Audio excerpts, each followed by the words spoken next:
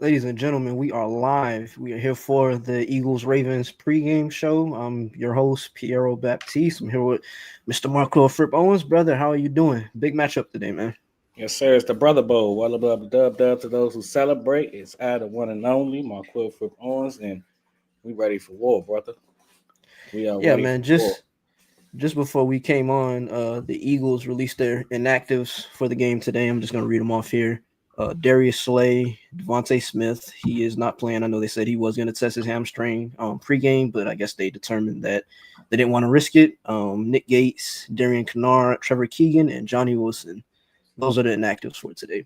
And we've been talking, just before we got on, and I was kind of just alluding to you how I'm not really feeling the best headed into this game. Like I ain't like afraid of nothing. I ain't scared of nothing. Never that. But I don't. It's just considering Smitty being out, Slay's not there, and the two-headed monster they have in their backfield with Lamar and Derrick Henry. Man, I don't know. And our defense is playing better, but I mean we have evidence to show that Vic Fangio versus Lamar Jackson. We've seen how that's gone. I mean, yeah, like you said, we've seen how it's gone, and ain't pretty encouraging to say the least.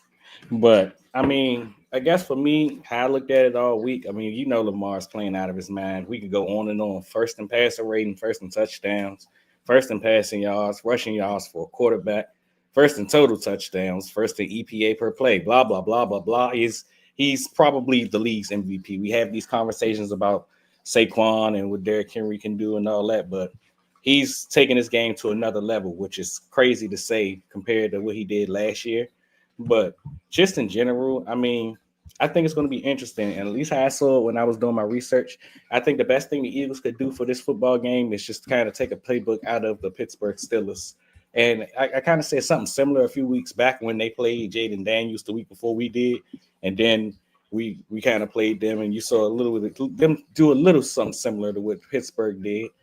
But then you see in this instance, I mean, not just on the Vic Fangio front when I say the Pittsburgh Steelers blueprint, but even on the offensive side where it was funny to me that I checked into it because I was curious to know. I mean, we know, I mean, if they've been better as of late, specifically since they made the change of moving Kyle Hamilton to a full-time safety and getting Marcus Williams off the field. But I mean, this Ravens defense, they've allowed 50 receptions of 20 plus yards, which is second in the NFL. Now, dating back to that Steelers game, Russ was able to complete 4 of 7 passes for 20 plus yards for 35 yards and a touchdown. Should have been more if the receivers didn't drop passes. So, I mean, of course, you said without Devonta Smith, it'd be hard, but they're going to have to get the deep ball game going. Dallas Goddard underneath. Yeah, so like that's another thing. Like this Ravens defense, they're at the top of the league in terms of stopping the run. Right? I think they've allowed the least amount of 20+ yard runs in the league. Mm-hmm. And for the Eagles, that's been our bread and butter over the last 6-7 games, right? And Mm-hmm. so without Devontae Smith, it's gonna be tough, man. It's gonna be tough. And like again, I've talked about, these past 2-3 games. I don't want them to go into the game and make it a thing where they're trying to bang their head against the wall, trying to get explosives. Like, I mean, if you look at the Eagles over the past, 2-3 years since Nick Sirianni has been here, against stout run defenses, they've typically tried to run the ball. Like even if you go back to Jalen Hurts' first start against the Saints, heading into that Mm-hmm. game, the Saints they had the number one rushing defense in the league, and the Eagles they still were able to run the ball at will. So I'm not going to sit here and say that it's going to be a struggle for them to run the ball, but at the same time, like it's like I said, it's just going to be a challenge, man. It's going to be a challenge, especially again with no Devontae. Yeah, and given the fact that it sounds like Roquan Smith should be back for Yeah. Ravens this week. I mean, last week the Chargers had some success being able to run the ball against them, and a lot of that played through the fact of his absence.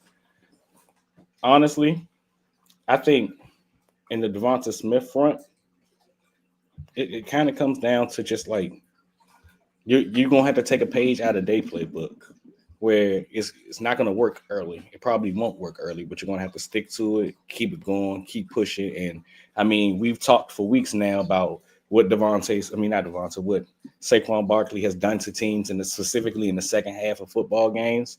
this has to be one of those games where you stay true to what has got you here, even if I don't want to say bang your head against the wall and say I'm gonna keep running at a defense that's not allowing me to run, but at the same time keep the defense honest.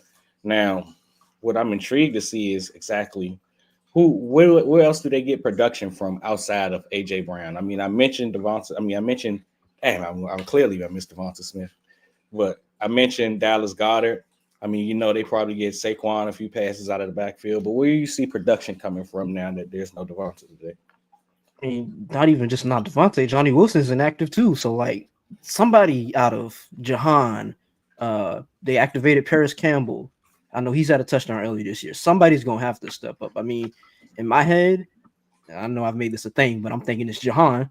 But it just remains to be seen. Like I'm skeptical of how they like. That's my thing. I want to know how they're gonna attack the Ravens defense in this game.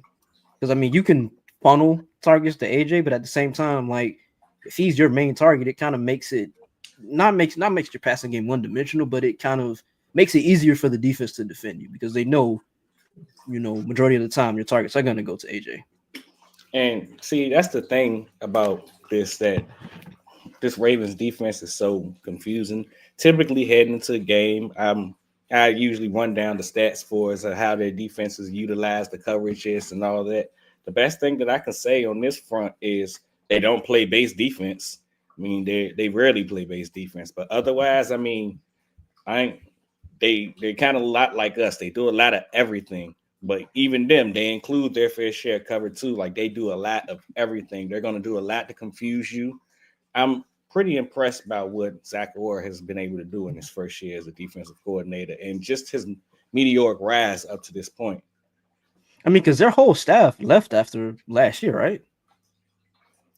I wouldn't say, or I guess you could say whole staff. Didn't Yeah, Denard Wilson also get the Titans yeah, he's in job? Tennessee. Yeah, Yeah, so basically, most they lost a vast majority of them. I mean, Zach Orr was on that staff, so clearly they were able to retain something or somewhat. But just, I mean, of course, we've mentioned how the pass defense has been inconsistent up to this point for Baltimore, but just the consistency that they've been able to continue to bring on that side of the ball, specifically in the run game, where they make it almost impossible for you to succeed. They make you one dimensional, which is not exactly what you want to hear when you talk about this Eagles offense. yeah. So let's move to the. We've talked about the Eagles offense versus the Ravens defense. Let's move to the Ravens offense against the Eagles defense, right? So this offense, number one in points per game, number one in yards per game, number one in EPA per play, fourth in success rate, first in rush DVOA, first in total DVOA. This is the best offense in the league, man. Like I said, the Eagles defense, they're playing at an extremely high level over the past couple of games. I think they're the number one defense in the league, if I'm not mistaken. How do you expect Vic Fangio to attack this Ravens offense? Because like I talked about at the top of the stream, we have evidence to show that Vic Fangio, when he's facing Lamar Jackson, it ain't the prettiest picture. Last year, I think what was the score? It was like, was it 51-16, if I'm not mistaken? Right? When he was in Yeah, Miami? yeah, but I mean, again, you know how muddy the conversation gets when we bring Yeah. up Vic Fangio and his Miami days, and I mean, we even made the joke the other day on Thanksgiving where it was like, I mean, we all blame Vic Fangio, and it's like them boys just don't want to play football or something. They want to take pictures and be warm, but I mean, it'll be interesting to say the less. Like I said to start the pod, uh, I'm intrigued. I'm now granted Lamar Jackson is no Jaden Daniel, so I do believe a lot of they take a little bit of that blueprint. Now, I mean, with this Ravens offense, what interests me is the fact that they average 6.9 yards per carry on outside zone. And I talk week after week after week after week about how if this Eagles run defense is susceptible anyways, specifically along the edge. And not having Brandon Graham now, that's gonna make it, even worse. Yeah, man, and I'm interested. I mean, of course, we've heard what Vic said. We mentioned it. Of course, if you've seen the tweets that we posted, but it's going to be a little bit of a collaborative effort. I mean, you can expect to see a little bit more Nolan Smith, a little bit more Jalix Hunt, but for the most part, everybody's role should stay a little bit of the same. So You now think it'll we be see interesting. You think You we gonna see ask the Charles same Harris thing I was today? gonna say? Yep, I was just about to ask the same thing. I was actually listening to I believe it was the PHLY pod earlier in the week when they were previewing the game, and they actually mentioned now, of course, completely different regime in terms of defensive coaching staff now, but they mentioned how when they made the trade for Robert Quinn, he was able to play at least 10. I think he played at minimum 10 snaps on defense his first game after he was acquired. So I think there's a chance that you see him, but I don't think it's some massive impact. Yeah, I mean, I think like you said, we're going to see him because again, they like I've talked about, since BG went down, they just need bodies at the position. Like, you talked about it. You got Nolan, you got Jalix, you got Josh Sweat. Milton can kick out and play some edge, even though Vic Fangio said he wouldn't. He's not going to do it a ton, but he can still do it. Um, so I mean, they just need bodies, and I think Charles. I think he'll get his fair share of snaps. I mean, I know that like up to this point this year, I think he led the Panthers in pressures, right? Yeah, Yeah, second in sacks. So I think there's a little bit of juice squeeze left in the juice left in the squeeze. Is that right? That's how you say it? yeah, juice left to squeeze. Yeah, I think there's a little bit more of that. But I think, like you said, man, I think it's just going to be a collaborative effort, specifically against the outside zone runs that they like to run. I think, the onus is going to be on a guy like Nolan Smith, who, we've talked about it before, but he's at his best against the run, it seems. And, in this defensive scheme, which relies on athleticism and, agility from his edges, I think, he'll be put in an advantageous position. But again, it's going to be a collaborative effort, man. It's going to take everybody. So I think what stands out to me, I mean, of course, as we've noted, specifically Parth, shout out to Parth who isn't here with us today. Jalen Carter has been playing a phenomenal brand of football for this team. And I'm interested to see exactly how this Eagles defensive line, not just the interior, but as you mentioned along the edges, could impact this game. I mean, the Ravens, they lead the NFL in holding penalties with 26. Left guard Patrick Merck, I believe he leads the team in that area. So there will be opportunities, I guess, for lack of a better term, for Jalen Carter to make his presence felt. Now, what I did note when taking a view at this Ravens offense is they do their fair share to keep Lamar Jackson protected. Now, I mean, it also helps when Lamar is number one against an EPA against the blitz, against the pressure, and number two against the blitz. But they only put 5 receivers in a route 63% of the time, which is 30th in the league. So typically, and I mean this along with the front, like I mentioned when we played Washington a few weeks back, they get really wonky on offense. There isn't Yeah, I any got there. consistent personnel. Yeah, I got the personnel groupings right here. They're in 22 personnel, the highest rate in the league.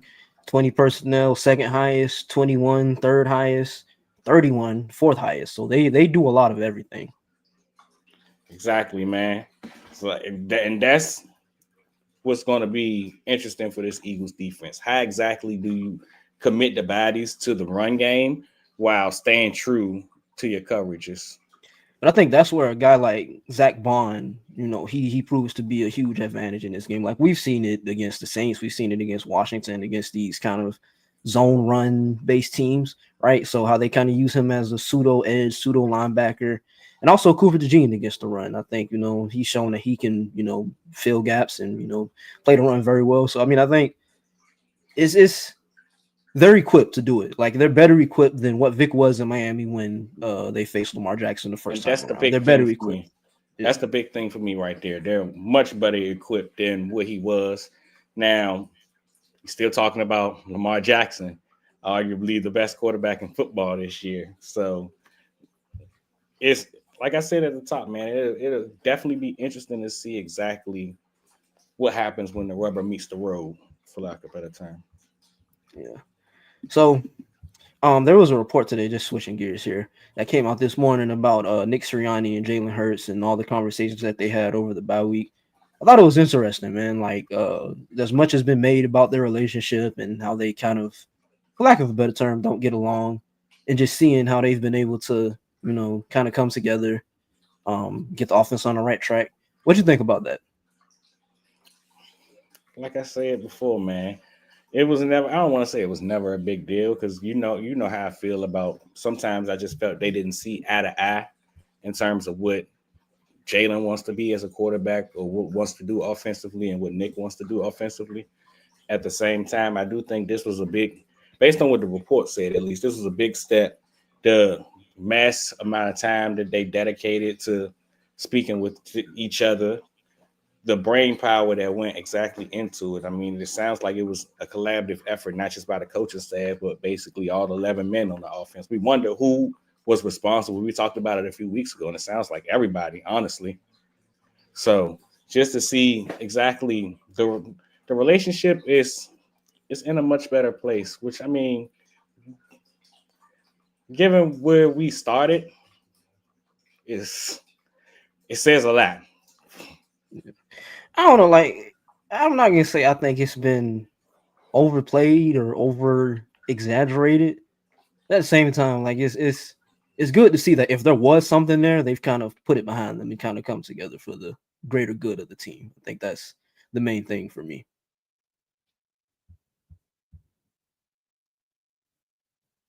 This is live podcast, and I think I lost them. Definitely, You man. back? Okay, Yeah, yeah, you back. definitely, man. But even that from that aside, I mean, they all had a common.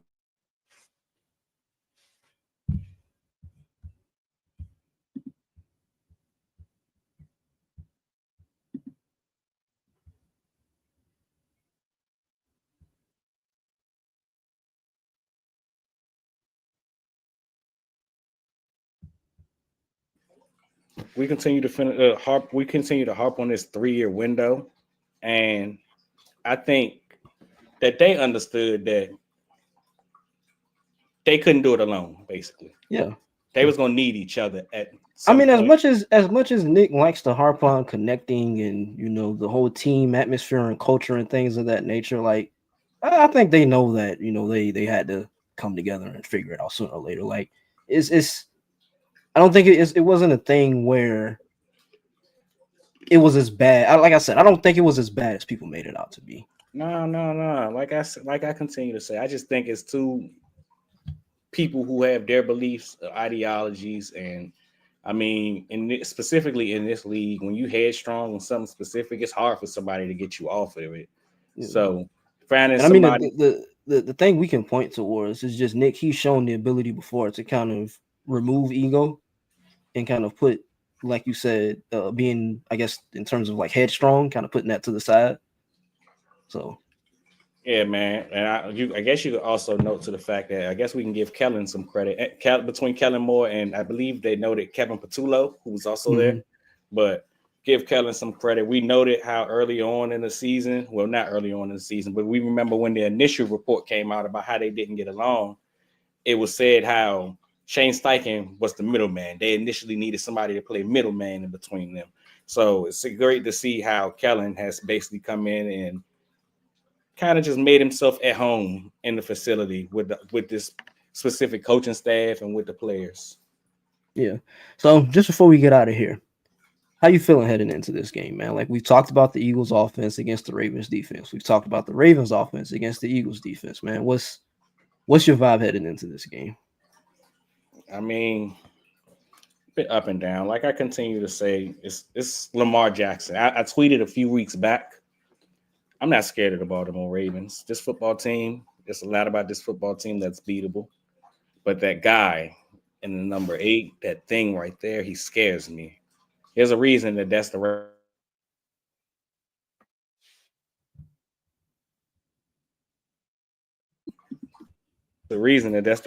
MVP in this league.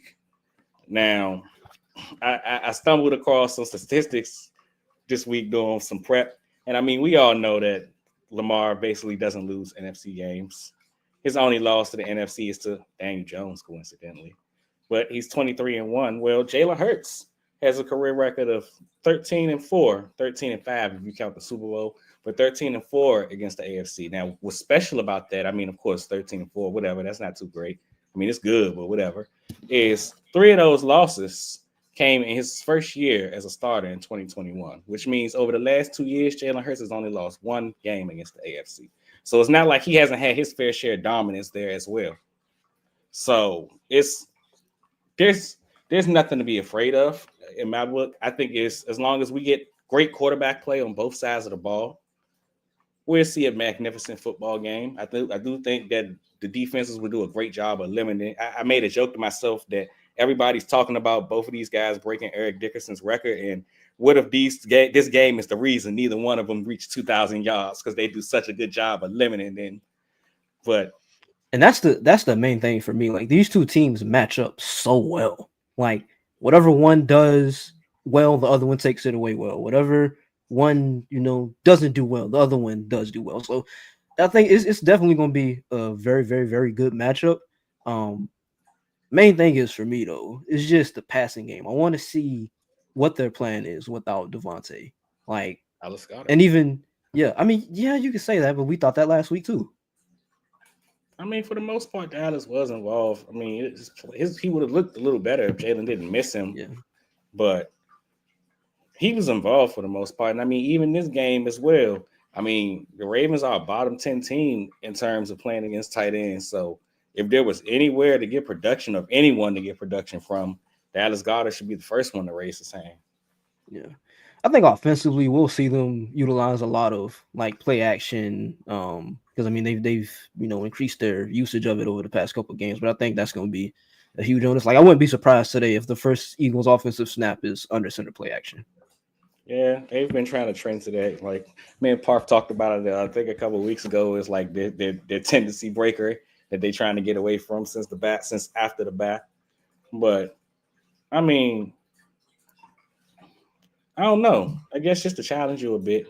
If I'm them, you kind of let the rubber meet the road, like I said early on.